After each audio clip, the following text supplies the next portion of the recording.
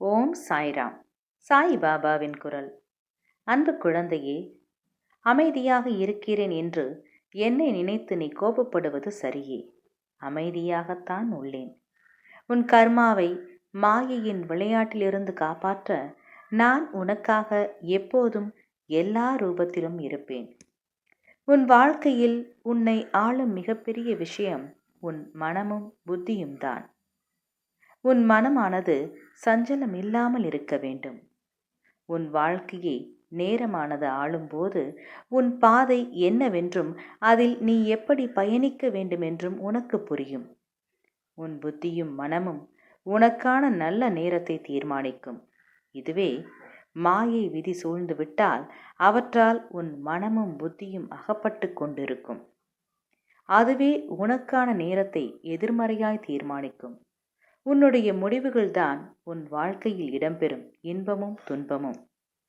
இன்பமும் உன் ஆன்மா யோசிக்கும் விதத்தில் இருக்கும். உன் கஷ்டகாலம் என்பது முந்தைய கர்ம வினை, அதாவது நீ தெரிந்தோ தெரியாமலோ செய்த தவறுகள், அவற்றின் கணக்கை விதி பார்த்து கொண்டேதான் இருக்கும். அதன் பொருட்டே உன் கடினமான நேரங்கள் நிர்ணயிக்கப்படும்.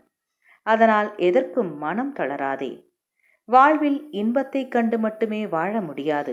அதே போல துன்பத்தை கண்டு மட்டுமே வாழ முடியாது. இரண்டும் சம அளவே. அதை போலவே நல்லவை என்றும் திகட்டாது. ஆனால் தீமைக்கு ஒரு முடிவு உண்டு. அந்த முடிவில்தான் ஒவ்வொரு நிகழ்வின் ஆரம்பமாகும். உன்னில் உன் சாய் தேவா இருக்கிறேன். சில நேரம் உன்னை நீயே வெளி தோற்றத்தில் உணர்கிறாயா? உன் உள்மனம் ஆன்மா ஒரு பக்கம் இருக்கும், இன்னொரு பக்கம் ஏதோ ஒன்று உன்னை தனியே இழுப்பது போல் உணர்கிறாயா? அது மாயை செய்யும் வேலை. அதை இப்போது உணர்ந்திருப்பாய். அதனால் நீ எதற்கும் பயப்படாதே, கலங்காதே.